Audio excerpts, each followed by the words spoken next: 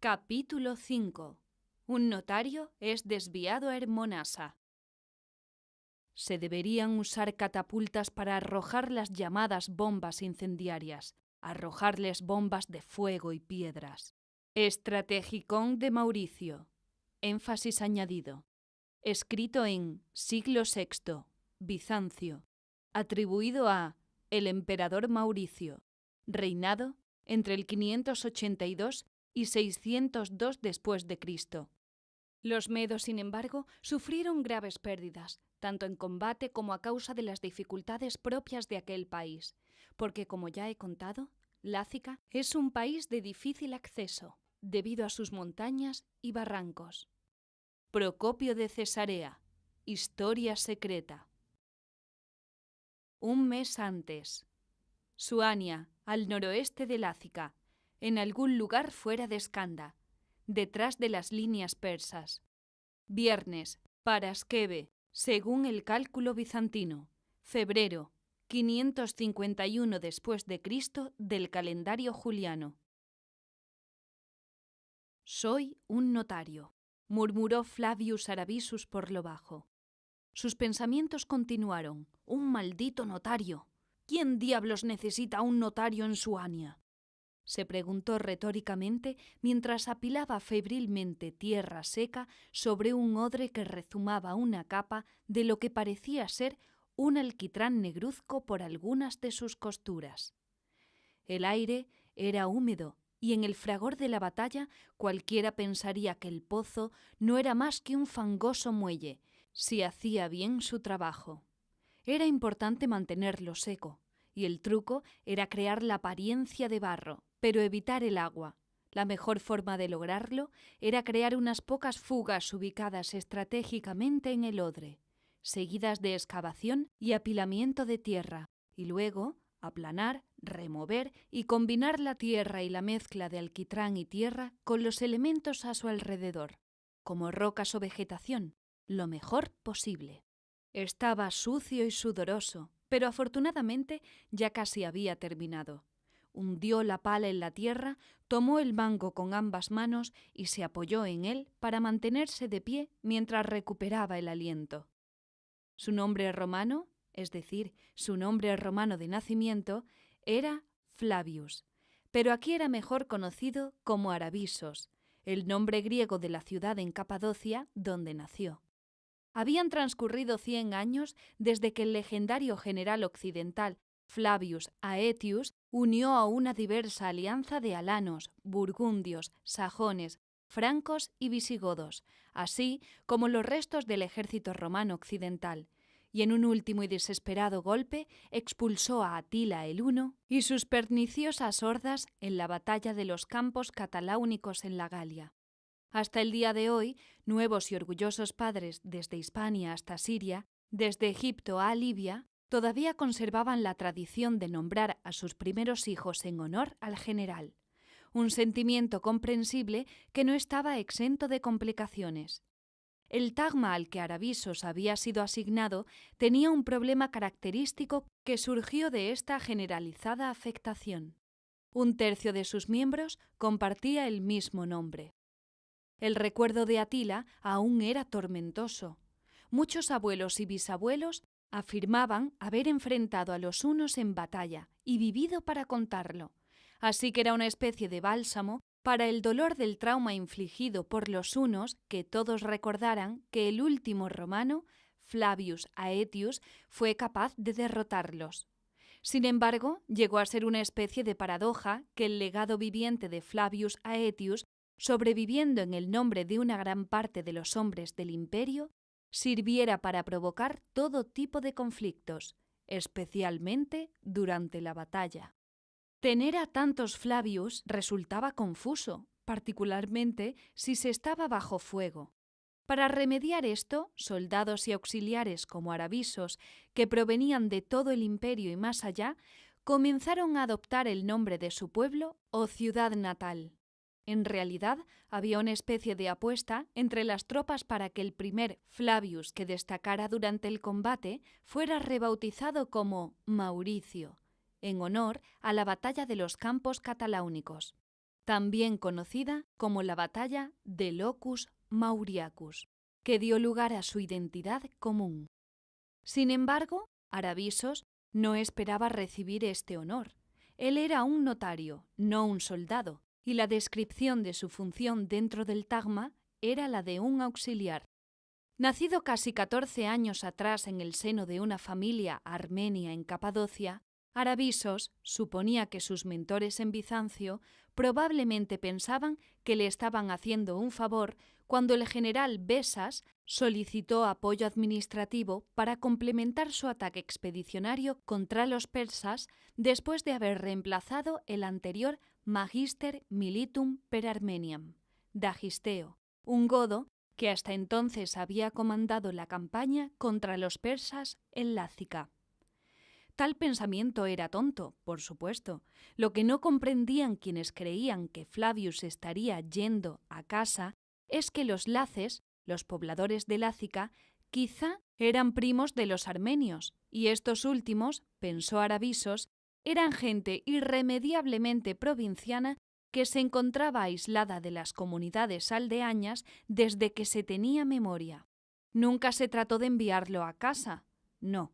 Se trataba de una sentencia a las inclemencias del monte. Consideró esto mientras reflexionaba sobre el destino del general Dagisteo. Después de algunos logros iniciales en Fasis y el río Ipis, Dagisteo fracasó al perder el control de la fortaleza costera de Petra ante los persas. Justiniano lo recompensó por este fracaso enviándolo a pelear contra los ostrogodos en Italia. Aravisos no había completado su educación, pero entendía que los godos que se habían establecido en Asia Menor no eran iguales a los ostrogodos que importunaban a Italia, pero aún así eran godos. Un general godo al mando de los grecorromanos en la guerra para expulsar el flagelo de la ocupación ostrogoda de la antigua Italia latina? Se preguntaba si esto funcionaría. Tal vez la relación entre los godos de Asia Menor y los ostrogodos en Italia era similar a la de los laces y los armenios. Primos, aunque distantes y con frecuencia peleando con primos que tenían más conocimiento sobre las costumbres del otro, pero que de cualquier forma no se soportaban. Una cosa era cierta.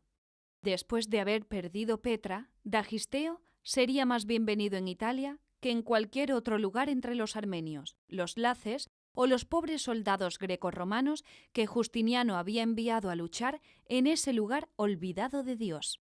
El emperador Justiniano reemplazó a Dagisteo con el general Besas, a quien llamó desde Italia para terminar el trabajo que Dagisteo comenzó en Lácica y corregir sus errores. Besas sometió a los abasgos bien al norte de Petra, en el otro extremo de Suania, donde Aravisos actualmente trabajaba duro, y tras el asedio de Petra la volvió a capturar.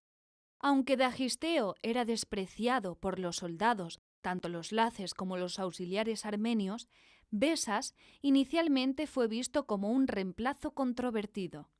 El papel de Aravisos como notario lo colocó en la inusual posición de un joven que gozaba de una peculiaridad proximidad con lo alto del mando militar, y esta proximidad trajo consigo ciertos conocimientos.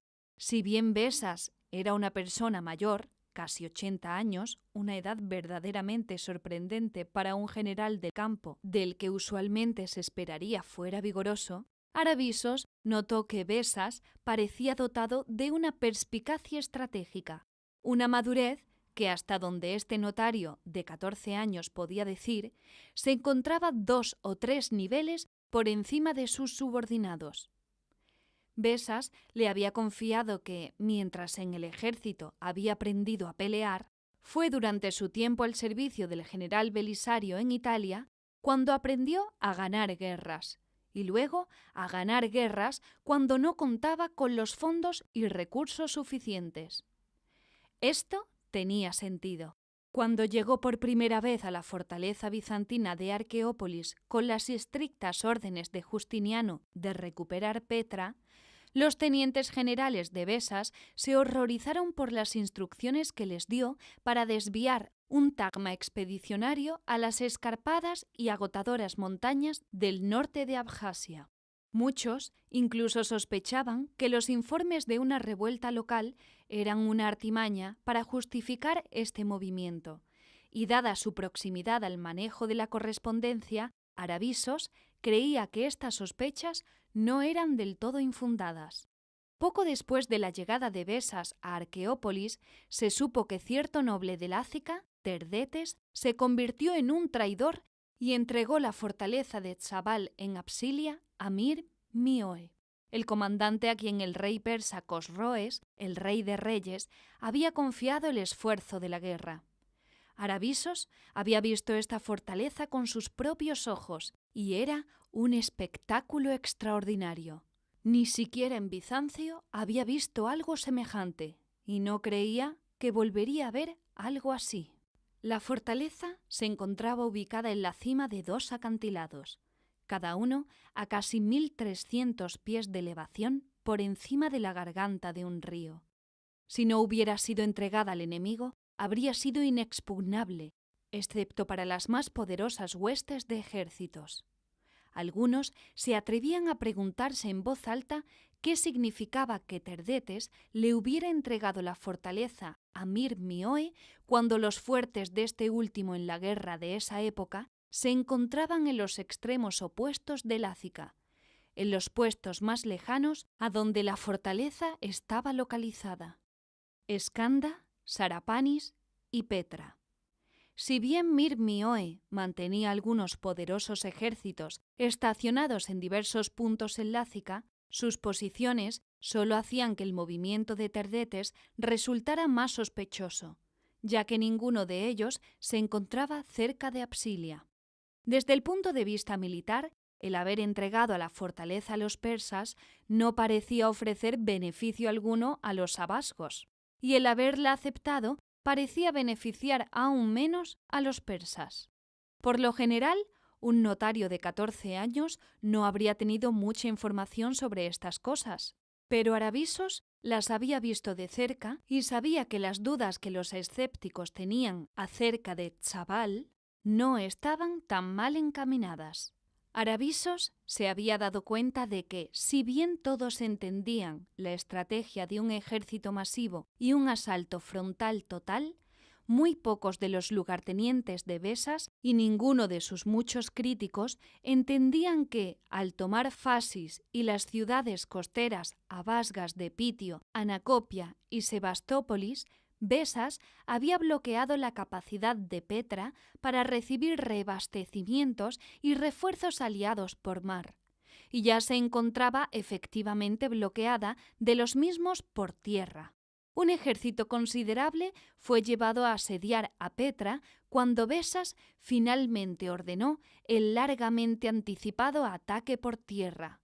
Pero fueron pequeñas unidades de infantes de marina quienes se infiltraron aprovechando la oscuridad de la noche y minaron al enemigo por detrás, logrando que la reconquista de la ciudad no resultara tan sanguinaria. Recuperar la ciudad de Petra era una cosa, un asunto relativamente tranquilo. La fortaleza de Petra era otro asunto completamente diferente. Durante mucho tiempo había sido una poderosa ciudadela que perteneció al rey de los Laces antes de caer en manos de los persas. La forma en que cayó la ciudadela y cómo Besas la arrasó estaban relacionadas con la otra razón por la que el emperador Justiniano se había arriesgado al desdén de sus críticos y sorprendió a todos con el nombramiento de un general de 80 años para dirigir la guerra lácica. Un general que parecía ser particularmente perceptivo sobre la importancia de la administración y las oficinas burocráticas menores, tales como los notarios, como él. Juan Guces. Juan era su nombre cristiano, pero Guces era laz. Había servido con Besas en Italia y conocía el territorio de Lácica y Abjasia. Pero esa solo era una de las cosas que hacían de Guces alguien importante. Guces también tenía algunos trucos que le había enseñado Aravisos. trucos con fuego. Cuando el general Besas fue informado de la traición de Terdetes, no pareció molestarse mucho por ello. Sus lugartenientes estaban furiosos. ¡Traidor! Aravisos recordó que había espetado uno de ellos mientras enderezaba abruptamente en su asiento y golpeaba la mesa con ambos puños. Cuando el ambiente se calmó tras el primer arrebato, otro preguntó: ¿Podemos hacer una excepción en las costumbres y traer de vuelta la crucifixión? Otros exclamaron: ¡La fortalecen, chaval! ¿Han oído lo alta que es? ¿Siquiera es posible construir algo tan elevado? ¿Quién la construyó? Mientras todos estaban de acuerdo en la enormidad de la traición y comenzaban a hacer planes, Besas, su comandante, simplemente los miraba. Tendremos que duplicar nuestras fuerzas y duplicarlas de nuevo, tan solo para volver a tomarla. ¿Quién puede enviar un emisario al emperador? Seguramente entenderá que necesitamos más tagmas. Besas permanecía impasible ante toda esa furia. En respuesta a sus protestas y al aparente problema presentado por Terdetes, envió a Juan Guces a sofocar la rebelión de Abjasia, acompañado de solo un tagma. El fervor con el que los lugartenientes de Besas objetaron solo había sido igualado por la contradicción, la cual no podría haber llegado más a tiempo. Besas envió a Juan a Absilia con un tagma, el cual también inmediatamente ordenó que consistiría de una fuerza de 200 soldados. Los tagmas podían variar en tamaño, desde 200 a 400 miembros, y fueron específicamente diseñados para ser de tamaños diferentes, en contraste con las legendarias legiones latinas, cuyo número era universal y uniforme. La uniformidad de tamaños inicialmente dio a las legiones romanas todo tipo de ventajas en lo que ahora ya eran antiguas formas de batalla. Los generales romanos sabían con precisión el tamaño de sus contingentes, podían establecer planes arquetípicos de abastecimiento y reabastecimiento, y las tácticas y el entrenamiento de tácticas podían sistematizarse con estándares individuales y grupales establecidos. De modo que los generales tuvieran garantizado el dominio de sus unidades y las propias unidades se sentían seguras de sí mismas y con una moral alta. En comparación con las comparativamente desorganizadas hordas heterogéneas a las que a menudo se enfrentaban, las legiones constituían una eficiente máquina de guerra. Pero en los últimos años, Roma se había enfrentado a cada vez más enemigos que habían tomado la precaución de comprender que sus métodos de guerra y uniformidad eran una estrategia susceptible a ciertas vulnerabilidades. Una característica que los persas no tardaron en explotar fue la facilidad con la que era posible estimar el tamaño y la fuerza de los ejércitos latinos. Las variaciones en el tamaño de los tagmas mantenían al enemigo adivinando y añadían incertidumbre a la elección del dónde, el cuándo y el cómo iniciar la batalla. Con tagmas de tamaño variable siempre era posible que el enemigo subestimara el tamaño de un ejército cuando inevitablemente elegía enfrentarse a los tagmas. Cuando Besas dio a conocer las órdenes que había dado a Juan, un lugarteniente inmediatamente protestó acerca de que los soldados no deberían ser sustraídos de esta misión en absoluto. Se les requería cerca, para ayudar en el inevitable asalto a Petra, el cual, después de todo, era el objetivo declarado del emperador.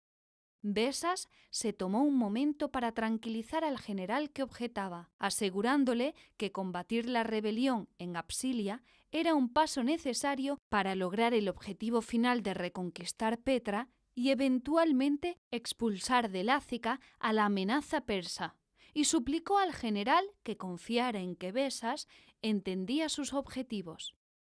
No bien había terminado de decir esto cuando otro teniente habló, esta vez horrorizado de que Besas estuviera dispuesto a enviar un destacamento tan pequeño a una misión tan importante. Besas le aseguró al general que la asignación era adecuada, Aunque las contradictorias objeciones de los respectivos generales eran lo suficientemente evocadoras para Aravisos, mientras observaba en silencio, encontró, sin embargo, muchas razones para simpatizar con las preocupaciones del segundo general y sentirse ansioso ante el escaso consuelo que Besas ofrecía, porque rompiendo con todas las expectativas, había sido asignado a unirse al destacamento de Juan. ¿Necesitaban de un notario para certificar y sellar la recuperación de Chaval? ¿O quizá para tomar el dictado de los términos de la redención del insuficientemente armado Tagma? Nada de eso. Más probablemente era para certificar las inevitables actas de defunción de sus propios soldados. Aravisos reflexionó. Momentos antes el asunto había sido abstracto, ahora era personal. ¿Cómo iba un Tagma de 200 hombres a capturar una fortaleza de 2 torres a 1.300 pies de altura?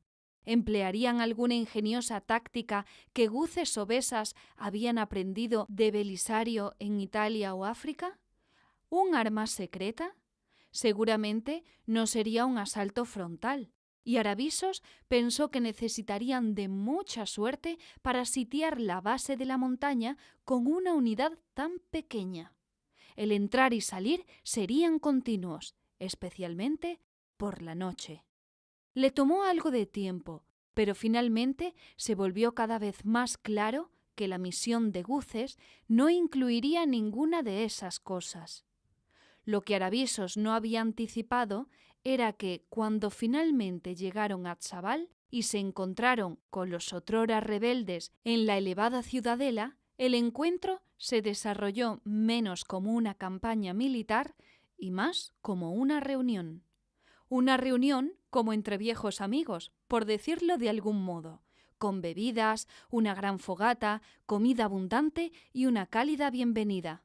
Lo que es más, este banquete se celebró en presencia del visir persa, quien Aravisos sospechaba era la única presencia persa en Apsilia. Mientras que el pobre visir miraba con impotencia, Guces procedió a convencer a Terdetes de lo sensato que sería restituirse al gobierno romano. Terdetes arguyó ciertos detalles que Aravisos no podía recordar, pero cuya sustancia daba la clara impresión de que se trataba más de apariencias y espectáculo que de contenido. El argumento era que Apsilia tenía razón al separarse de Roma, por algo relacionado con impuestos injustos y esas guerras interminables con los persas. La discusión entre Terdetes y Guces tenía un elemento de comedia. Hasta podría pensarse que lo habían ensayado. Seguramente era en beneficio de los lugartenientes de Besas que asistieron para presenciarla, de modo que se haría un informe consensuado de que Terdetes capituló a las súplicas romanas. Además de eso, Guces y Terdetes parecían estar jugando con el lastimoso emisario persa, quien por momentos intervenía para enfatizar algún argumento en favor del acercamiento con Persia, mientras exigía que los romanos bizantinos fueran expulsados inmediatamente del lugar. En otros momentos simplemente estaba escandalizado y sin palabras ante el evidente espectáculo, pero se encontraba demasiado horrorizado por su propia vulnerabilidad como para admitir que todo era una farsa. El discurso concluyó de forma inevitable, y Guces persuadió a Terdetes para que se reconciliara con los romanos y el rey Laz, Gubaces, el superior local de Terdetes, cuyos representantes también se encontraban presentes. Tan convencido estaba Terdetes al concluir la discusión y ceder ante la sabiduría de su hermano de armas Laz, que ordenó, con efecto inmediato, que el visir persa titular en residencia en Chaval, cuyo nombre era Bistam, fuera ceremoniosamente echado del salón de banquetes por la ventana al río Codori abajo, frente a todos los invitados. Como una muestra de acercamiento con el gobierno imperial y un símbolo de aprecio a los romanos por su paciencia y comprensión ante la inconsistencia de los abasgos, Terdetes dio a Juan Guces al eunuco Éufrates, legendario por la voz que daba a las canciones de la gente de las montañas, para ofrecerlo como un tributo al emperador Justiniano a su regreso a la capital. Al concluir esta expedición, se esperaba que Aravisos acompañara a Éufrates, ahora en Arqueópolis, de vuelta a Bizancio para concluir la transacción. Un golpe de aprensión lo sacudía cada vez que recordaba esto. Apenas podía esperar para volver a Bizancio. Siendo solo un joven, Aravisos se estremecía al pensar en ello. Luego se rió de sí mismo por estremecerse ante un recuerdo que ya estaba resguardado en el pasado, aun cuando en ese momento se encontraba en un terreno que pronto sería el escenario de una nueva batalla sangrienta, en la cual, seguramente, le tocaría estar cerca de las líneas del frente. Sacudió la cabeza y se secó el sudor de la frente. 8 meses antes de llegar a Tzabal, se encontraba en Bizancio certificando los más mundanos documentos legales y facturas de venta de lino, cuero y demás. Había sido un largo viaje desde Bizancio a Tzabal. Ese día había visto a un alto funcionario del imperio persa ser arrojado a más de 1.300 pies de altura a los furiosos rápidos blancos abajo, su cuerpo y sus gritos desapareciendo en las aguas blanquecinas. Todo había sido sumamente inesperado. Inesperado que una fortaleza montañosa en Apsilia fuera entregada de manos de los persas sin sangre o sin razón alguna. Inesperado que el general Besas no viera la necesidad de solicitar refuerzos para su recuperación. Que demorase el apremiante operativo, un asalto para recuperar Petra, mientras se ocupaba de una fortaleza posiblemente fuera de la zona de conflicto con el enemigo. Inesperado que un solo tagma de tamaño mínimo bastara para devolver la fortaleza a la soberanía. Inesperado que todo se resolviera durante una discusión jovial entre primos. E inesperado que la reconciliación entre Apsilia y los romanos fuera solemnizada por la ceremonial expulsión de un visir persa de alto rango desde una ventana hacia las torrenciales corrientes fluviales que corrían enfurecidas leguas abajo. Y las dispares expectativas no terminaban ahí. Tras la reconciliación con Terdetes, en lugar de regresar a Arqueópolis con el resto de la unidad expedicionaria para unirse al ejército más grande y ayudar a recuperar Petra, unidad que ahora sabía era increíblemente apta para capturar una fortaleza encaramada en lo alto de las montañas, se le pidió que continuara hacia el noroeste con John Guces y un pequeño destacamento que avanzaba a lo largo de la costa del mar Euxino, Negro, hacia la ciudad de Hermonasa. Aravisos no podía imaginar por qué esta excursión era necesaria o por qué había sido traído. Hermonasa era una comunidad antigua que se creía había existido desde antes de la época romana. Se sentó en la boca sudoeste de una estrecha recta que conectaba el mar Euxino con el lago Meótide al norte. Se trataba de un principal centro de comercio que conectaba a Bizancio y el Mediterráneo con las vastas y desconocidas tierras del norte, a menudo incorrectamente denominadas como Escitia, que continuaba siendo una importante fuente de pieles, animales exóticos y, cuando no era una buena temporada, de bárbaros. Aunque Hermonasa fue fundada por los griegos, había salido del dominio de los romanos casi 2 siglos antes, durante las catástrofes que siguieron a la batalla de Adrianópolis, cayendo en manos de los alanos.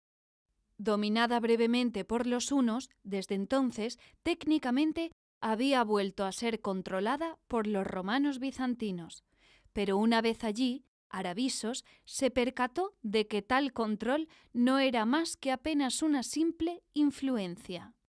Por lo visto, Hermonasa era un lugar sin ley, lo cual no necesariamente significaba que fuera un lugar violento.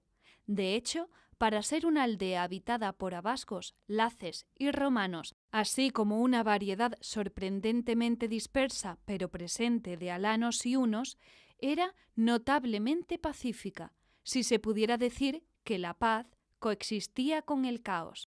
Un hecho que ponía en perspectiva la naturaleza remota del lugar era que este pueblo de 4 o 5 mil habitantes ni siquiera alcanzaba el estatus de alcaldía.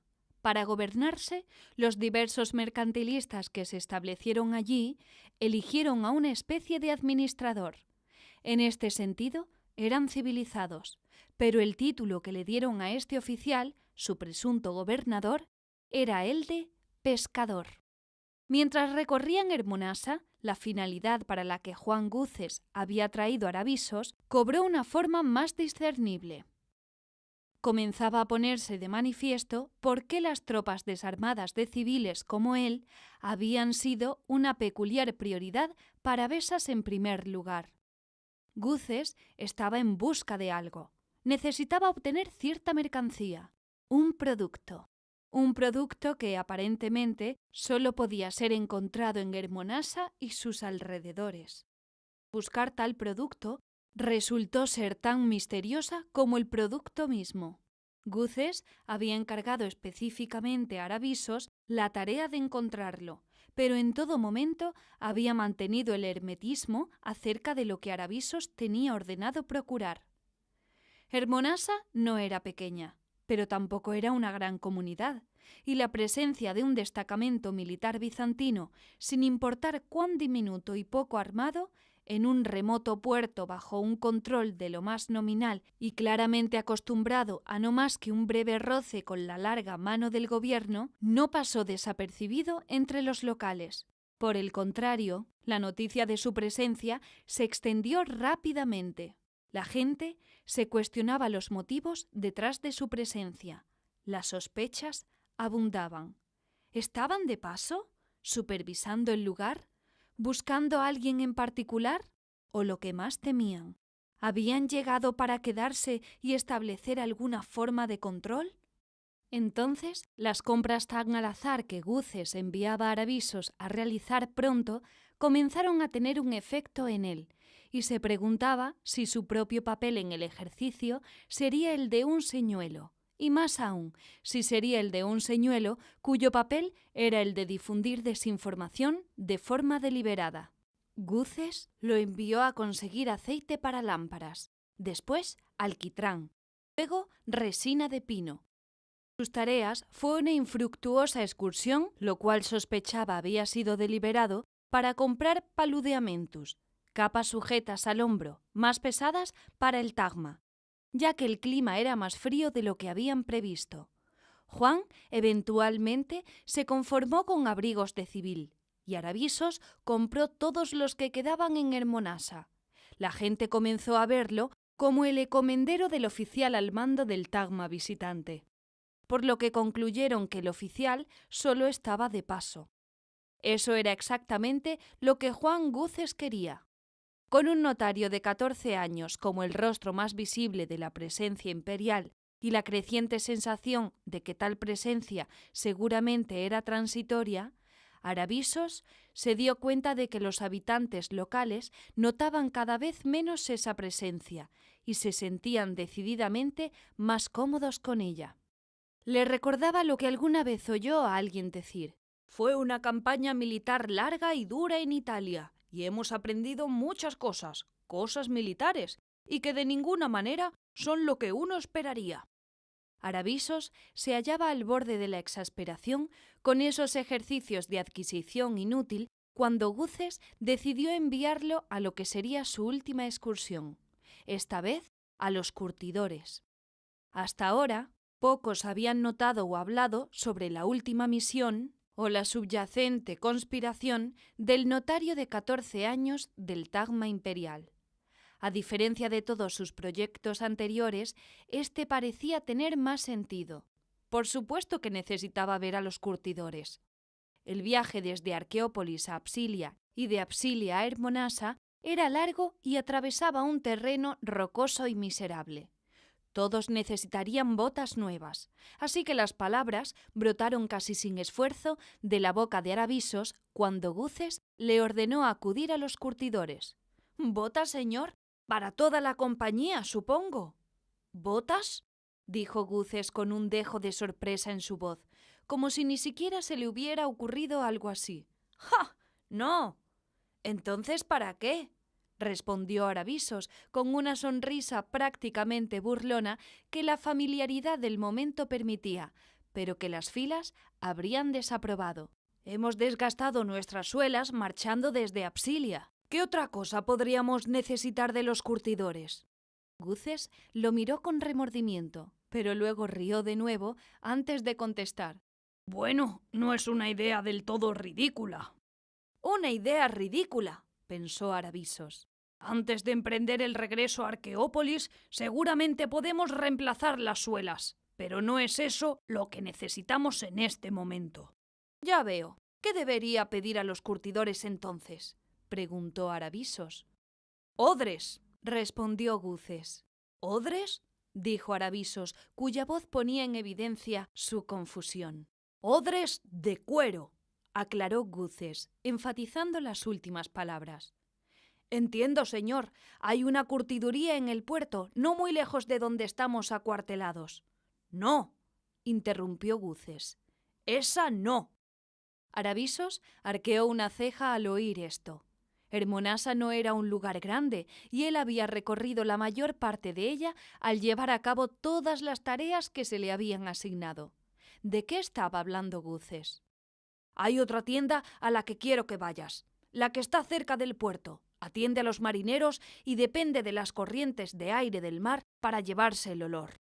La tienda que necesito que visites no se encuentra tan cerca. Está a las afueras del pueblo, al noroeste, hacia las montañas. Los curtidores esperan este pedido, pero tendrás que llevar un caballo y una mula de carga. Es un viaje largo y los odres con los que volverás serán pesados. Enviaré a un guardia contigo. ¿Un guardia? 2. ¿2? Sí, aún eres joven y estarás transportando mercancía en un camino abierto. De acuerdo. Aravisos comenzó a decir antes de que Guces lo interrumpiera. Y corrijo, serán 7. ¿7 guardias? 7 mulas de carga. En la mente de Aravisos, las palabras que se estaban formando eran ¿qué demonios? Aunque su boca soltó reflexivamente un «Si usted lo dice, general, pero no creo necesitar guardias». Guces hizo caso omiso de este comentario y continuó. «Hay algo más, Aravisos. Estos curtidores no le venden a nadie sus productos.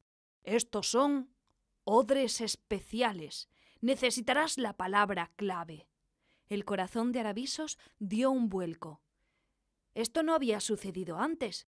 Guces nunca le había dado una palabra clave para una compra. ¿Qué significaba todo esto? ¿Cuál es, señor? Tú. ¿La palabra? Preguntó Aravisos. ¿Tú? No, respondió Guces. El niño, el joven, Aravisos, la persona en carne propia, tú. Aravisos estaba completamente perplejo. Tú eres la palabra clave, Aravisos. Tu propia persona. Los curtidores se llaman Nathan y Raba. Diles que Juan Guces te envió. Tienen órdenes de no venderle a ninguna otra persona. Ante la mención de estos nombres, Aravisos sintió como se sonrojaba y la mandíbula casi le caía al suelo. ¿Qué? Aravisos apenas podía pronunciar palabra. ¿Raba y Nathan? ¿Curtidores? Una curiosa sonrisa se dibujó en el rostro de Guces mientras Aravisos trataba de hacerse a la idea. ¿Raba y Nathan hijos de Dudai? Sí, respondió Guces. Los mismos. ¿Curtidores judíos del barrio de Blanca en Bizancio? ¿No habrás creído que te trajimos aquí para comprar aceite para lámparas y notarizar las facturas de venta? Lo siento, General Guces. Simplemente no lo comprendo. Guces consideró a Aravisos un momento antes de continuar. Bueno, como bien lo dijiste, Dudai es un curtidor del barrio de Blanca. O eso me dicen. No lo conozco personalmente, pero a Raba y a Nathan, sus hijos, sí. Tienen una oficina auxiliar aquí en Hermonasa. ¿Qué? Aravisos se tomó un momento mientras trataba de hablar. Las piezas del rompecabezas comenzaban a encajar, pero aún faltaban demasiadas. Hace apenas un año notaricé sus bouilloteriones y certifiqué que habían pagado impuestos sobre su cuero. Hace un año, eso es cierto, dijo Guces. Y también es cierto que entablaste amistad con ellos. Habló Guces como si supiera todo sobre ello. Pues, dijo Aravisos, sí, señor, así fue. Nathan es mayor, 20 años me parece, pero Rava es apenas un año mayor que yo. Nos llevamos bien. Correcto. Y te recuerdan. Es por eso que fuiste elegido cuando Besa solicitó apoyo administrativo para Lácica. Y es por eso que has venido a Hermonasa conmigo. Aravisos apenas podía comprender lo que implicaba el hecho de que gran parte de esto había sido planificado con tanto detalle, con tanta antelación, desde tan lejos, y que él, aun a años de la autoexhaustión, era una pieza central en estos planes. ¿De qué se trataba todo esto de lo que ahora formaba parte? ¿Pero por qué? ¿Por qué yo? ¿Por qué ellos? ¿Por qué estamos aquí? En pocas palabras, hijo, dijo Guces con familiaridad. Se trata del olor. ¿El olor? La curtiduría es una profesión que es famosa, si no es que infame por su olor. A la mayoría le resulta repugnante el olor de la curtiduría, y cualquiera que tenga la oportunidad hará lo imposible por alejarse tanto como pueda de una curtiduría. Esto podría parecer inconveniente, pero si uno quisiera ocultar algo, especialmente algo que también tiene un olor prominente, uno puede encontrar una ventaja en la curtiduría, porque el olor disuade a los ojos curiosos de mirar más de cerca. Nadie quiere exponer su olfato al aroma de una tienda de curtidores, lo cual es perfecto, y como necesitamos cierta mercancía, también necesitamos que nadie se acerque a nuestra mercancía. Sí, señor, respondió Aravisos. Pero cualquier ciudad tiene curtidores. ¿Por qué Nathan y Rava? ¿Por qué tuvieron que irse tan lejos de la tienda de su padre en Bizancio? Guces simplemente continuó donde se había quedado. Por otro lado, el olor es una espada de doble filo. Uno no puede esconder tan fácilmente a un curtidor. La gente nota cuando abres una curtiduría, especialmente en un lugar que ya cuenta con la presencia de una. Aravisos sostuvo la mirada, confundido. Nathan y Rava son judíos. Los gentiles tienen una curtiduría en Hermonasa, pero en tal comunidad la demanda es alta y nadie objetará a la adición de una tienda judía, especialmente si tienen la cortesía de abrir su tienda a cierta distancia del orden existente, fuera de la ciudad. Guces dejó pasar un momento mientras Aravisos digería todo esto. Pero esa no es la única razón por la que elegí a Nathan y Rava. ¿Usted los eligió?, preguntó Aravisos. Guces continuó. Los elegí porque te conocen. ¿A mí?, preguntó Aravisos, incrédulo, pensando para sus adentros. ¿Por qué diablos les importaría yo? Te reconocerán y sabrán sin lugar a duda que pueden venderte su producto. Aravisos lo miraba inexpresivamente. Guces continuó. No existe otro Aravisos. Tú eres la contraseña. Tenemos suerte de que no te haya sucedido ningún accidente de camino aquí. No están autorizados a venderle a nadie más. Ni siquiera pueden venderme a mí. Después de todo, no saben quién soy, y cualquiera podría presentárseles, portando una capa y una insignia oficial asegurando ser Juan Guces. Solo hay un Aravisos de Capadocia que tiene 14 años. Si bien tenían una lógica propia, ninguna de las respuestas de Guces ponía fin al círculo de preguntas que plagaban a Aravisos. En cambio, solo acarreaban más interrogantes. Continuaba completamente confundido y observaba a Guces sin expresión alguna. Ellos sabían que vendrías aquí antes que tú mismo lo supieras, Aravisos. Dejaron Bizancio casi al mismo tiempo que tú, pero navegaron directamente a este lugar y establecieron una tienda bajo las órdenes del propio Justiniano. ¡El emperador! Aravisos exclamó casi horrorizado. Una nueva curtiduría en Hermonasa habría llamado la atención. Una tienda judía, siempre y cuando se hallara lejos, en las afueras, no sorprendería a nadie. Francamente, hacía tiempo que una curtiduría judía era necesaria en Hermonasa. ¿De qué otra forma podría alguien mandar a reparar su calzado los domingos? Raba vestía un grueso abrigo que colgaba pesadamente sobre su cuerpo larguirucho mientras salía por la parte posterior de la tienda y entraba al cobertizo. El cobertizo se encontraba contenido contra la pared posterior de la tienda en 3 lados, de modo que las paredes de la tienda formaban un recinto de 4 lados. Los otros 3 lados habían sido construidos con tablones de madera ensamblados de forma tal que estuvieran abiertos al viento y a la luz del exterior para iluminar y ventilar el espacio de trabajo semiexterior. Una abertura más ancha entre los tablones de madera había sido colocada a la altura de los ojos para que Raba tuviera una vista del árido paisaje exterior que le rodeaba. El cobertizo estaba dispuesto de modo tal que se unía en el otro extremo de la pared central opuesta a la tienda, donde una gran hendidura había sido tallada en la base inferior de la pared de madera. En el centro había un amplio cuenco de piedra que drenaba la hendidura y descendía por un terraplén hasta un arroyo 30 pasos abajo.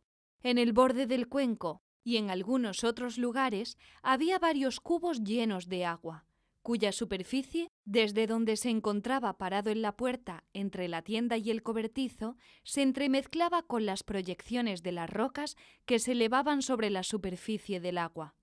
Raba se acercó al que en ese momento se encontraba junto al cuenco.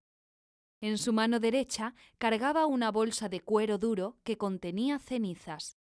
Hermonasa era un pueblo costero, pero la tienda de los hermanos se encontraba en la base de tierras altas que se elevaban abruptamente, no muy lejos de la costa. El viento que bajaba de las montañas mantenía el ambiente frío, y en condiciones de frío a menudo era necesario remojar una piel durante más de los 3 días necesarios para que el pelo en la superficie de la piel estuviera listo para resbalar, indicando que la piel empapada ya podía pasar por el descarnado. Añadir ceniza al agua ayudaba a acelerar este proceso. En lugar de dejar su bolsa de cenizas, se quitó un guante, metió la mano en el agua fría y examinó uno de los pelos. Para su sorpresa, el pelo resbaló. Probó con otro y también resbaló, y luego otro y otro más. Se secó la mano en la pernera del pantalón y se volvió a colocar el guante, alegrándose de no tener que usar la ceniza. Se detuvo por un momento y dejó la bolsa sobre una mesa detrás de él, que funcionaba como una estación de trabajo. Regresó al cubo, quitó las rocas que habían sido colocadas sobre la piel para mantenerla sumergida, regresó a la misma mesa para colocar las piedras y procedió a vaciar el contenido del cubo en el cuenco para sacar la piel. Tomando la piel del cubo, la exprimió a fondo, eliminando toda el agua que la empapaba. Apenas estaba estirando la piel de nuevo para dejarla lista para el descarnado, cuando escuchó una conmoción. Los perros ladraban al frente. Alguien se aproximaba a la tienda. El interior de la tienda de Raba y Nathan estaba construido sobre tierra compactada y dividido en 3 partes. En la parte trasera y junto al cobertizo había un taller de curtido. Al frente había un banco de servicio que también funcionaba como el lugar donde Raba y su hermano se sentaban a comer y descansar, o a atender a los clientes. Por encima del banco de servicio había una bohardilla donde por algún tiempo los hermanos dormían mientras echaban a andar la tienda. Este lugar dejó de ser adecuado para cualquier otro propósito que no fuera de trabajo. Utilizando parte de los fondos de los inversores en su proyecto, habían contratado a unos cuantos aldeanos para construir un pequeño dormitorio a poca distancia, donde Nathan probablemente aún se encontraba durmiendo. Cuando Raba pensó en esto, despertó su curiosidad.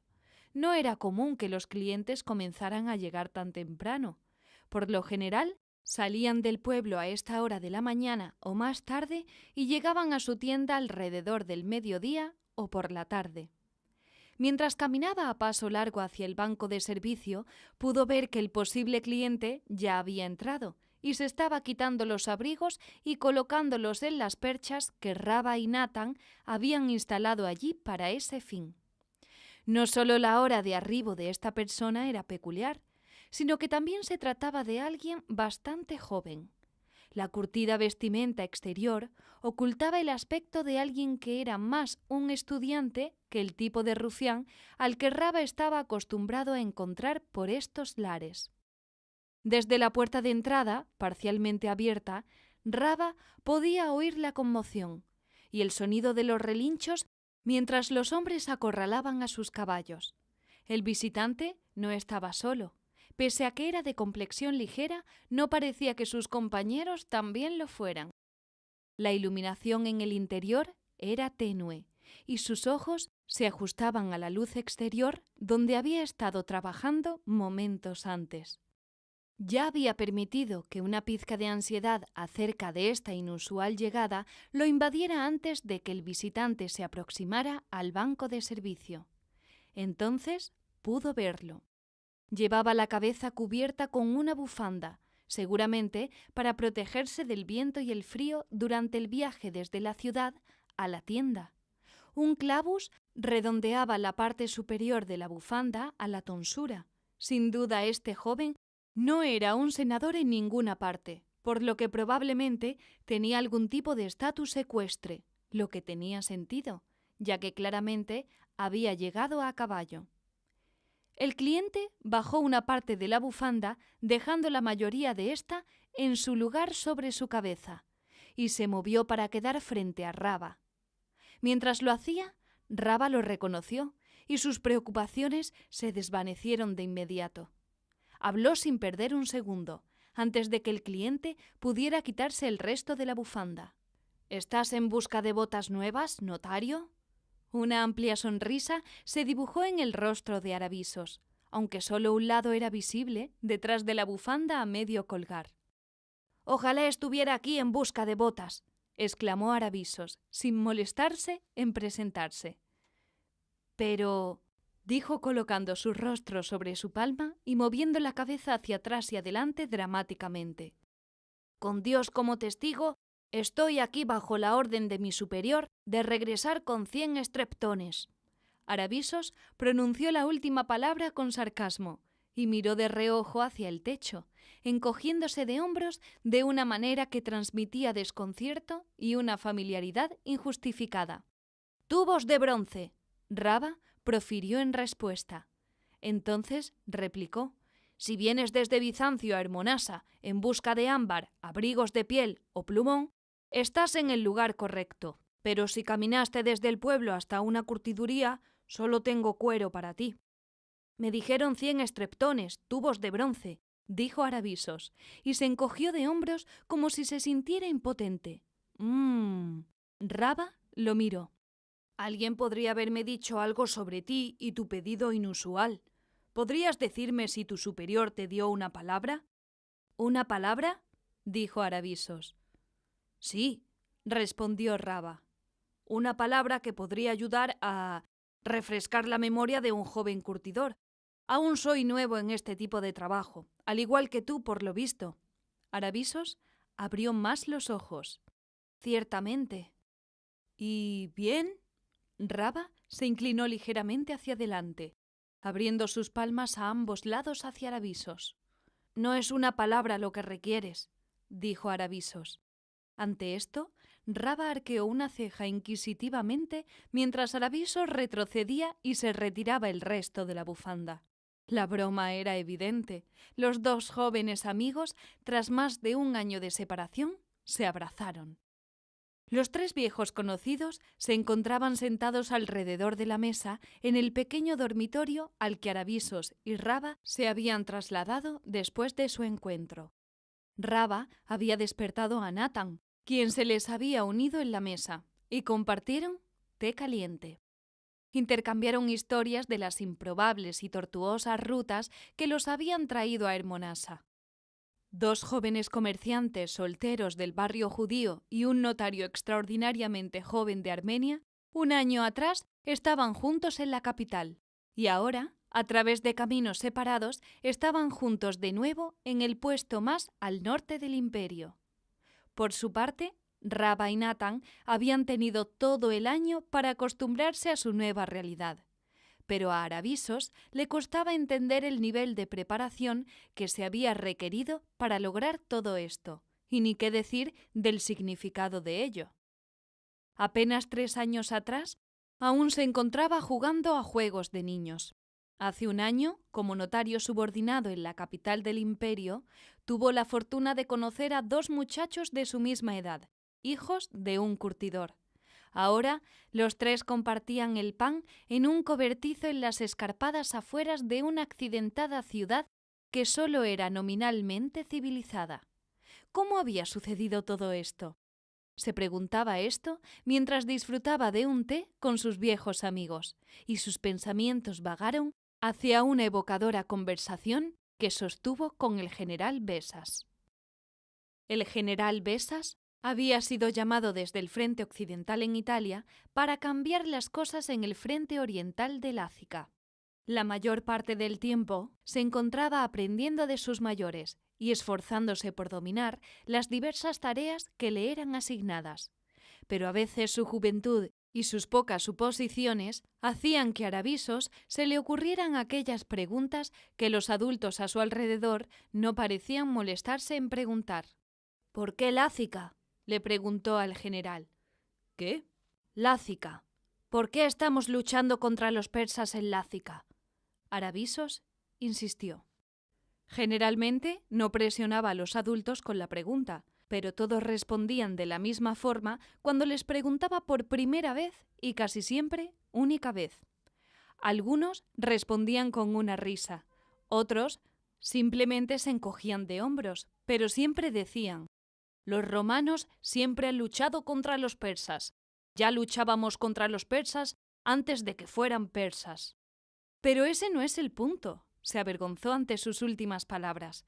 Quizá era demasiado presuntuoso. Debía retractarse o arriesgarse a ser ofensivo. Bueno, entonces, ¿cuál es? Tu pregunta es simple. La respuesta es simple. Los romanos y los persas son antiguos adversarios. ¿Por qué sería de extrañar que peleemos? Aravisos se sentía exasperado. Podemos pelear contra los persas en Siria o Palestina, donde existe una frontera y comercio y tierras de regadío que valen la pena poseer. ¿No es ese el único lugar donde el pretriunvirato peleó con ellos? ¿O Armenia? Parece que encontraron el gusto por Armenia, incluso Sinaí y Arabia. Sin importar de quién se tratase, su interlocutor ahora lo estaría mirando fijamente. Todos estos sitios parecen una opción más lógica para luchar contra los persas. ¿Por qué Lácica? Trató de enfatizar la última palabra sin alzar la voz. Besas no dijo nada, así que Aravisos insistió de nuevo. Cualquier lugar, cualquier otro sitio donde pudiéramos luchar contra los persas tendría más sentido que Lácica. Es estéril y hostil. No hay caminos. La gente es apenas civilizada. Hace un frío terrible. Y a pesar de que recorrerla de un extremo a otro lleva más tiempo del que se necesita para llegar a Lácica desde Bizancio, ni siquiera es tan grande, simplemente es difícil, estéril, fría y difícil. No hay nada en Lácica. Así que, ¿por qué estamos peleando? Y tan duro. ¿No tiene el emperador preocupaciones más apremiantes? ¿No hay guerras que pelear por las tierras donde viven romanos de verdad? Como Italia, Sicilia, España. Besas permanecía callado, pero no dijo ni hizo nada que sugiriera que Aravisos estaba fuera de lugar o debería detenerse, por lo que continuó. Sonrió y negó con la cabeza. ¿No sería más fácil, quizá incluso una mejor estrategia, darse por vencido? Se puede llegar al río Daugava a través de Hermonasa, sin tener que encontrarse con ningún persa en el camino. podríamos mover al ejército para proteger a Armenia de la amenaza y dejar que el rey persa se agote persiguiendo fantasmas en Lácica sin siquiera tener que disparar una sola flecha. Ante esto, Besa se encogió de hombros, apenas frunciendo el ceño. Este niño sabía algo de estrategias. Estas preguntas habían preocupado a Aravisos, pero sus mayores nunca parecían preguntar o cuestionar nada de esto. Mientras que Lácica parecía una excelente oportunidad para hacer la retirada y triunfar al fallar, resultaba mucho más extraño que el aparentemente más lucrativo frente occidental, donde el imperio podía obtener todo lo que Italia le había ofrecido por 1000 años hasta apenas 100 años atrás, cuando fue invadida por los bárbaros, debía perder a su general, porque al parecer era de suma importancia que las cosas cambiaran en Lácica. Desde su llegada de Italia, el viejo Besas demostró ser un general de lo más inusual. Con la inexplicable prioridad asignada a su traslado del frente occidental al oriental, por todo el Milion se rumoreaba que Justiniano reuniría a un ejército completamente nuevo para Besas si éste consideraba que eso era lo que se requería para conquistar y asegurar Lácica. Tal era la confianza de Justiniano en su general. Besas solo tenía que pedir y le sería concedido. Y después de meditarlo, Besas pidió un ejército. Y fiel a las expectativas, Justiniano le dio lo que pidió: un ejército civil. Un ejército de empleados, logotecas, reguladores, notarios, gente como Aravisos. Y así fue como terminó primero en Lácica y hoy en Hermonasa, y tal vez nuevamente en Abjasia dentro de un mes. Si antes no estaba claro, ahora era evidente que regresaría a Lácica. Los toscos contornos de las estratagemas poco comunes de Besas siempre terminaban por cobrar una mayor claridad, y a veces porque el propio Besas se tomaba un momento para resolver las dudas del joven confundido que había incluido en su séquito. Tras una acalorada reunión con algunos generales en la que se le había pedido a Aravisos que fungiera como secretario, se encontraba completando sus notas y solicitó a Besas una aclaración. Aprovechando la oportunidad, añadió: «Si me permite, general». «Sí, ¿qué pasa?» «¿Qué estoy haciendo aquí?» Cuando Besas no respondió de inmediato, Aravisos continuó: «Podría haber solicitado un ejército regular.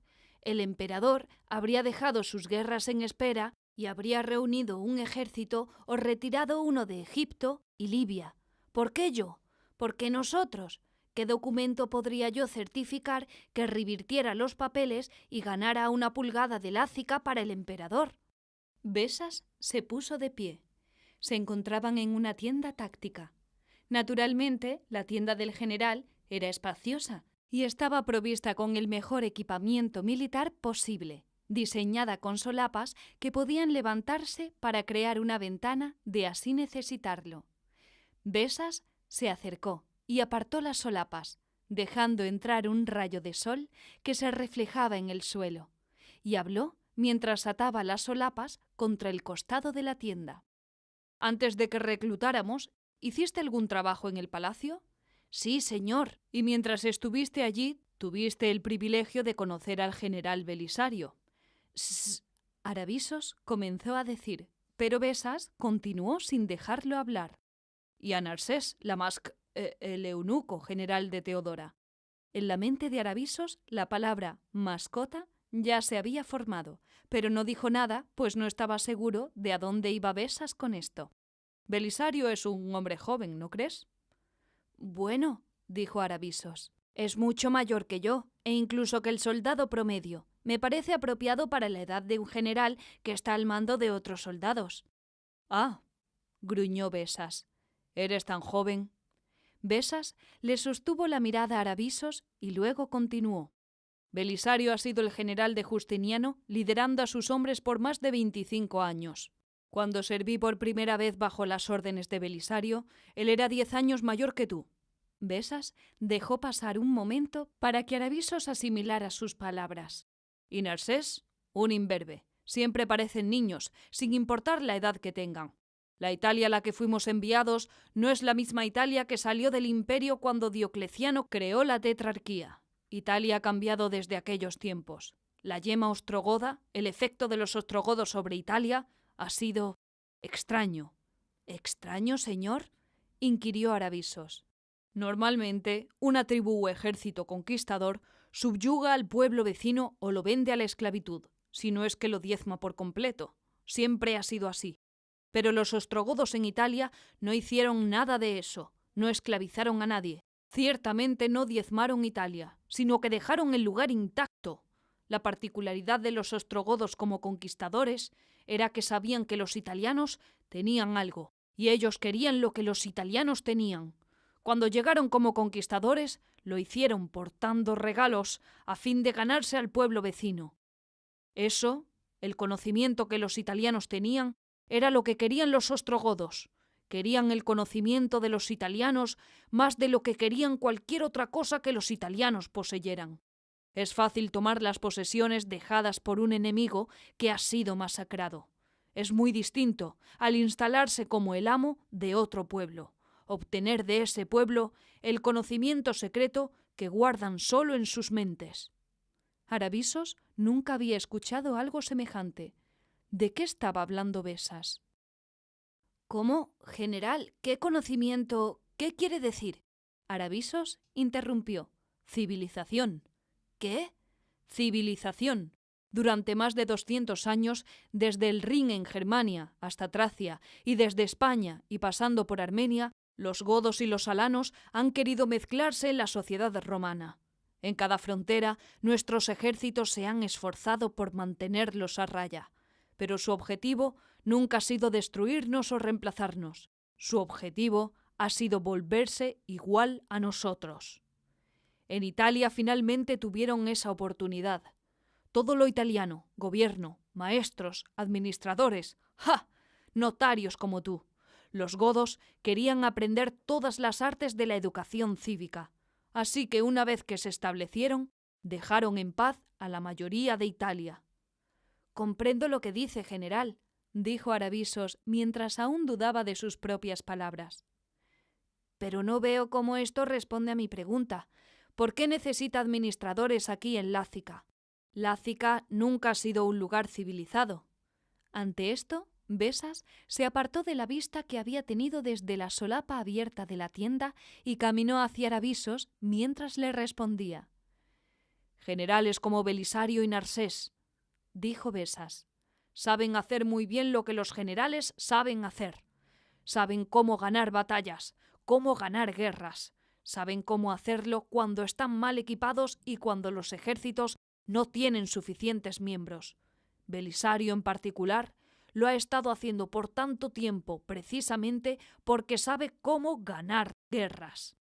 Justiniano le teme, pero lo mantiene cerca porque es muy bueno en ello. El problema es que la guerra se gana por medio de la destrucción. Aravisos lo miraba. Besas se tomó un minuto para determinar si él entendía a dónde iba con todo esto. Italia no estaba destruida, dijo Besas. Solo se encontraba bajo el dominio de los gobernantes equivocados. Pero no podíamos recuperar a Italia sin destruirla. Destruimos el este de Italia y destruimos el oeste. La destruimos en Sicilia, al sur, y antes de que terminemos, la destruiremos al norte. Belisario retomó a Rávena y la dejó casi intacta, no tanto en lo que respecta a las vidas humanas, sino a sus edificios. Muy pocos de nuestros hermanos latinos aún están allí, en Rávena. Su población fue arrasada casi por completo. Ganaremos la guerra en Italia. Narsés fue enviado para reemplazarme, y no me queda ninguna duda que terminará mi trabajo, y llevará a los ostrogodos de vuelta a las montañas de donde llegaron. Su suave rostro esconde un corazón duro que no siente piedad ante la desgracia de los godos. Cuando haya terminado, habiendo ganado la guerra por Italia, habremos arrasado la tierra. Vamos a recuperar Italia para Roma, pero lo lograremos al aplastar lo que queda de Roma en Italia. Pasó un momento y Aravisos no dijo nada. Besas caminó hasta el asiento de su escritorio y se inclinó sobre él. colocando ambos brazos en su parte superior. El emperador me ha enviado a Lácica porque, como cualquier otro general, yo también sé cómo ganar guerras. Nos retiramos cuando dejamos de ganar guerras, pero él me eligió a mí. Besas hizo una pausa. Lo hizo particularmente por lo que mis ojos han visto, y porque yo, al igual que nuestro emperador, he aprendido. Incluso esta vieja mente todavía es capaz de aprender cosas nuevas. Golpeteó su cabeza mientras continuaba. Soy de los pocos que han aprendido que no basta con ganar una guerra. No basta con ser un eficaz destructor de cosas, un destructor de hombres. Cuando Italia sea devuelta a la madre Roma, será un cascarón despoblado. El emperador se embarcó en la conquista de Italia creyendo que su recuperación se pagaría por sí sola. Ahora está claro que podrían transcurrir 100 años antes de que pueda pagar el rescate de guerra que costó recuperarla. Él no quiere cometer ese error otra vez. No puede permitírselo. Por eso me envió aquí. Ante esto, Aravisos se estremeció involuntariamente. Todo lo que Besas había dicho hasta ese momento tenía sentido, y luego todo se desmoronó con las últimas palabras. «¿Aquí, señor?» Besas se irguió. «Así es. ¿Acaso no me has entendido? Parecía como si lo hubieras hecho». «Sí». La voz de Aravisos se quebró un poco. «Con su perdón, señor, es solo que...» «¿Es solo que qué?» «Bueno», continuó Aravisos. «Italia fue el centro de la civilización durante 1000 años antes de Adriano. Roma, el Palatino, el Senado, la Vía Apia, todo comenzó allí. Pero hay... Aravisos no podía encontrar las palabras para expresarse en el corto tiempo que sabía que tenía. Había una civilización para arruinar, para destruir, con la guerra en Italia. Pero estamos aquí, en Lácica». Tuvo que contenerse al decir la última palabra y no terminar gritándole al general. «No hay nada aquí en Lácica para destruir. No se puede arrasar». Sabía que había empujado los límites de su rango demasiado lejos, pero ya era tarde para retractarse. ¿Qué más daba romper la forma y hacer señalar al exterior de las solapas abiertas de la tienda? Podría destruirla una segunda vez y no habría diferencia alguna. Ya es un páramo. Besas se acercó a él y lo miró de frente. «Notario, eres más inquisitivo de lo que me habías hecho creer hace un momento. Y lo que es más, tienes razón. Lácica es un páramo, pero lo importante no es por lo que Justiniano nos envió a destruir aquí. No basta con que expulsemos a los persas. Estamos aquí, tú y yo, por lo que vendrá después». Aravisos recibió esta información con una mirada desconcertada y en blanco. Ante esto, Besas lo despidió. «Ve a terminar tu informe. Espero recibir copias para cada uno de mis lugartenientes por la mañana». Mientras tomaban el té, Raba encendía el fuego en una pequeña chimenea. «Lo que me pregunto es», dijo Aravisos mientras Raba y Nathan escuchaban, «si ya habrían solucionado el complot de Terdetes con los persas en Chabal cuando me enviaron con Besas a Lácica, o si eso surgió en el camino. Supongo que de no haber sido así, me habrían enviado aquí con Guces de todos modos para encontrarme con ustedes, pero el hecho de que Guces y Terdetes se conocieran seguramente fue de ayuda en Apsilia». «Sin importar sus planes, puedes ver que tienen sentido, ¿verdad?», respondió Nathan. Su voz aún era áspera por el sueño y el aire frío. «Pues hasta cierto punto, pero hay 5000 notarios en Bizancio. ¿Por qué yo? Tengo 14 años, por el amor de Dios». Ante esto, y de forma inesperada, Raba y Nathan estallaron en una risa despreocupada, como si Aravisos acabara de decir la cosa más ridícula cuando en realidad estaba totalmente seguro de que era una pregunta perfectamente razonable, sin un solo dejo de falsa humildad. Sus carcajadas eran tan fuertes que casi podía percibir cómo sus guardias se preguntaban lo que estaría sucediendo adentro mientras ellos se encontraban afuera en el frío. Se le había enseñado a no preocuparse por cosas así. Eran guardias. simples guardaespaldas. Él estaba aquí en una misión, y la información de la misión, el contenido del strepton que iba a adquirir de los curtidores, valía mucho más que el peso de los guardias en oro. Sencillamente, tendrían que soportar el frío. Su mente regresó a sus sonrientes amigos. ¿Qué? ¿Qué tiene de gracioso? Las carcajadas le habían calentado la garganta, y Nathan habló por encima de Rava para responder, su voz ahora suave y elevada. «Te eligieron a ti, debido a nosotros». Esta respuesta era perfectamente críptica, perfectamente inútil, y por lo que Aravisos podía decir, a los hermanos les resultaba tan divertida como la pregunta que la suscitó. En este punto no vio una razón para insistir más, por lo que simplemente se quedó sentado bebiendo su té hasta que los otros dos terminaron de reír y pudieron volver a pronunciar palabra. Rava terminó de encender el fuego y se sentó junto a Aravisos con un poco de té, su cara marcada de un extremo al otro con una sonrisa que parecía que iba a caérsele por ambos lados. «Aravisos», dijo Rava. Su voz descendió a un volumen moderado, pero su rostro aún estaba radiante. «Vamos a tener que volver al asunto de la cantidad de streptones que tu comandante nos pidió. Eso podría ser un problema, pero no quisimos que fuera así. No pudimos evitarlo». Parecía un poco tenso y se volvió hacia su hermano mayor. «¿Cómo podemos hacer que nuestro amigo entienda?» Nathan miró de reojo a Rava y luego a Aravisos. Alzó la mirada al techo por apenas un segundo, como si lo estuviera considerando, y luego habló. «Es debido a tu juventud que el eparca te asignó al taller de nuestro padre, un curtidor, marroquinería, los notarios y boullotes del más alto rango. Piensa en todas las cosas que preferirían inspeccionar, certificar, firmar y regular. Joyeros, banqueros, taberneros, textiles y...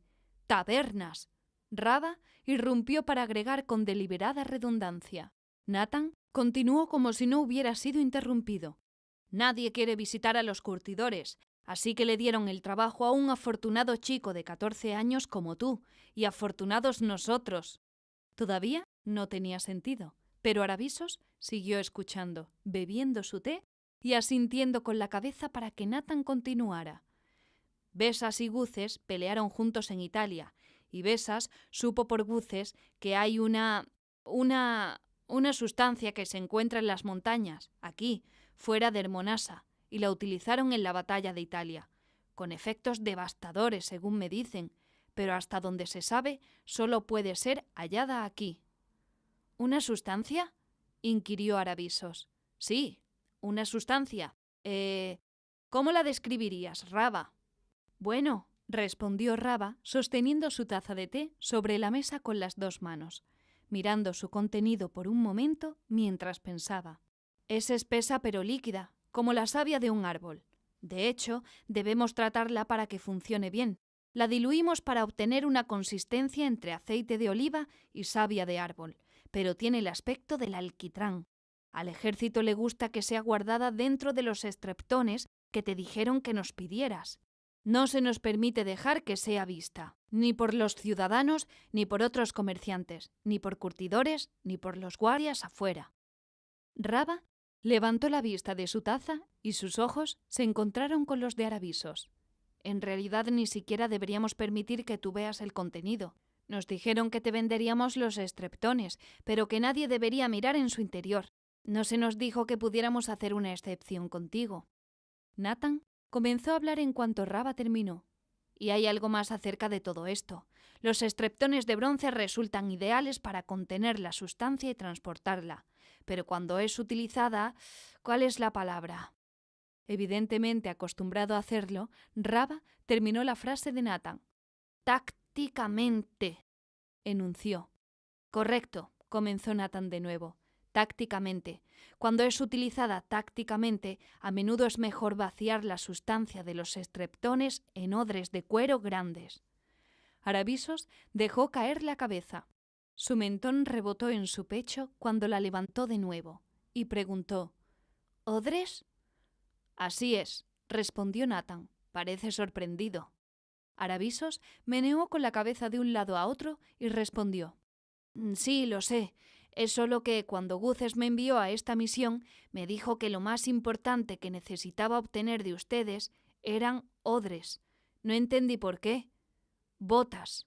Eso habría tenido más sentido. ¿Qué diablos? Incluso si hubiera comenzado con la instrucción de obtener estreptones, también habría tenido sentido. Pero a Aravisos se le dificultaba encontrar las palabras.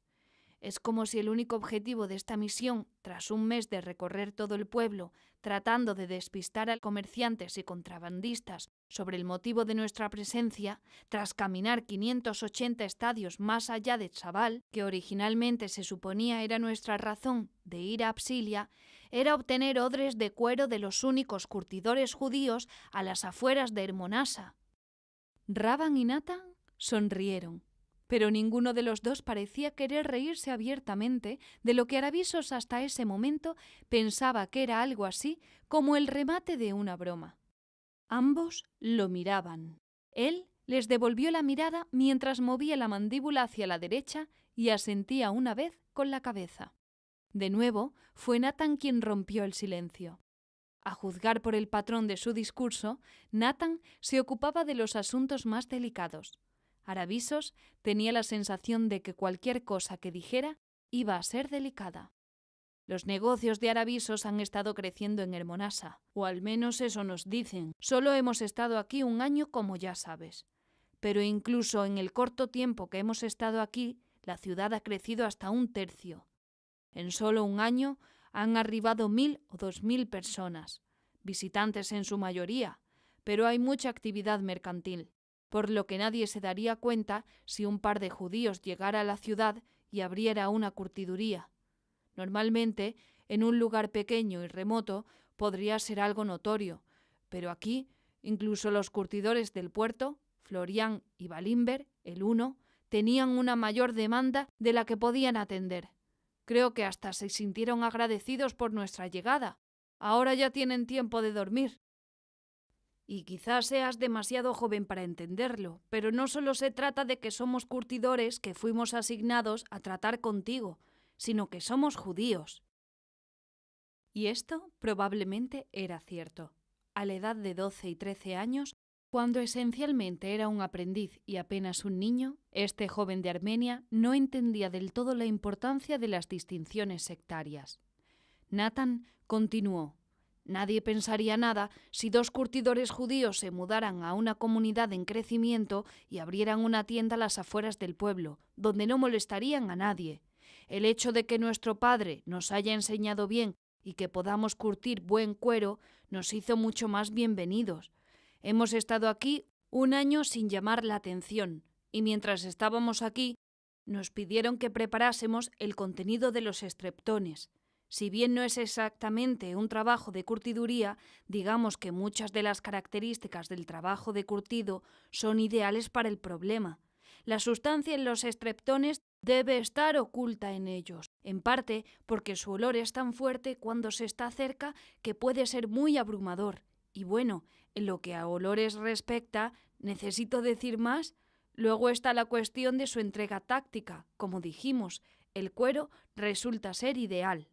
Así que, como puedes ver, fuiste elegido para este trabajo debido a nosotros, porque no eras cualquier notario, eras nuestro notario. Es decir, estoy seguro de que el general Besas necesitaba un notario para algo, pero no podía tratarse de cualquier notario. Tenía que ser el único notario que reconocerían los judíos secretos que envió a Hermonasa. Después de 1 minuto, Aravisos respondió. Está bien, creo que ya lo estoy entendiendo. Solo una cosa más. Esta sustancia supongo que no me vais a decir cómo se llama. Los hermanos movían la cabeza afirmativamente. Dijiste que tenía que ser diluida para que funcione, ¿no es así? Raba asintió. Sí. Muy bien. Me imagino que esto también es un secreto, pero ¿cuándo funciona? ¿Qué hace? Aravisos esperó unos segundos para evaluar la respuesta de los hermanos. Podía decir que ambos parecían atormentados por no poder decírselo. Continuó. Digo, tan solo desde conmigo, con vosotros, este plan fue trazado antes de que cualquiera de nosotros fuera enviado aquí. Tiene que haber sido trazado en el gran palacio, en los niveles más elevados. Vamos, amigos, dijo con un dejo de duda en la última palabra. Sin duda, al funcionar, debe tratarse de algo asombroso, ¿cierto? Rava y Nathan tenían una sutil forma de comunicarse a través de miradas y gestos mutuos. Un movimiento de la mano, un breve vistazo, todo esto formaba un lenguaje tácito que podía hacer sentir a sus interlocutores como si estuvieran hablando con un gemelo de dos cabezas. En esta ocasión no se miraron el uno al otro ni hicieron movimiento alguno. Era como si ya hubieran tenido todo planeado. Cada uno asintió con la cabeza al unísono. Rava respondió. La única razón de los odres tiene que ver con la presión. Parte del secreto es aplicar presión, y puede hacerse con un odre de cuero flexible, pero no tanto como un cilindro de bronce. Rava giró ligeramente hacia su hermano y continuó. Nathan distraerá a los guardias con un encargo. Yo iré a recoger algo de la tienda. Hay un terraplén que fluye hacia la corriente de la parte trasera del cobertizo, detrás de nuestra tienda. Dirígete allí. Nos reuniremos contigo en breve. Mientras el caballo de Aravisos trotaba de regreso a Hermonasa, uno de los guardias avanzaba ligeramente detrás de él y hacia su izquierda. Eran seguidos por una fila de 7 mulas, cada una tirando de un carro. El segundo guardia avanzaba detrás de ellas. 2 de las mulas tiraban de carros que llevaban los odres, y las 5 restantes tiraban de carros que transportaban 20 estreptones cada uno. Resultó ser que solo había 40 estreptones para comprar, por lo que Aravisos decidió dividirlos uniformemente en bloques de 8 y apilar los odres sobre ellos, cubriéndolos con mantas. Nathan explicó que aún había más acerca de la elaborada artimaña que los llevó a Hermonasa para esta misión. Como parte de su inventario, llevaban consigo varios arcones de vino, aunque en lugar de ánforas llenas de vino, los arcones contenían estreptones, los cuales ocupaban aproximadamente el mismo espacio cilíndrico dentro de los arcones. Se suponía que debían haber recibido 100, pero hubo cierta confusión, y antes de que pudiera ser aclarada, su barco tuvo que partir, así que todo lo que llevaban eran 40 estreptones. Había tratado de lavarse y limpiarse la cara, pero cada vez que percibía su sudor podía sentir la ceniza brotando desde sus poros a la superficie. No tenía forma de saber qué tan obvio le resultaba al guardia cercano. Lo que no se podía ocultar, y probablemente ni siquiera se podría atribuir a la curtiduría, era el olor. Emanaba de toda su persona, de su ropa, sus zapatos, su bufanda, su piel, y especialmente de su cabello. ¿Cómo podría uno describir este olor? Quemado.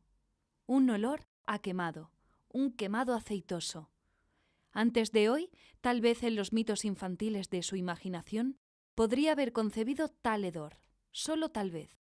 Pero antes de hoy, nunca había pensado que tal cosa fuera posible. Lo que Nathan y Ravan le mostraron lo cambiaba todo.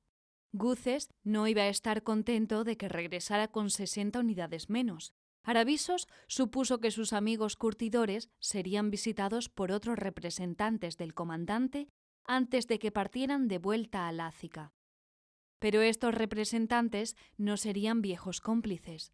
Se preguntó si su explicación acerca de los estreptones faltantes sería aceptada. Al llegar a la calle principal del pueblo, pensó que en realidad todo había sido para bien. En primer lugar, los 40 estreptones de bronce se tambaleaban en los carros, chocando ruidosamente unos contra otros. 100. Dios, tan solo pensarlo. Habrían sido una orquesta y habrían llamado demasiado la atención. 7 mulas con mantas y odres de cuero, volviendo al pueblo tras visitar a los curtidores, hacían pensar que se trataba de una guarnición equipándose para partir. Algo que todos los que vivían aquí probablemente consideraban un acontecimiento bienvenido, sin importar lo bien que se hubiesen comportado los soldados visitantes. No era muy probable que los lugareños cuestionaran la evidencia de que la guarnición se estaba preparando para partir. Aravisos ahora entendía por qué Besas no le pidió otro ejército al emperador Justiniano para sofocar la lucha y expulsar a los persas de Lácica. 40 estreptones llenos de esto.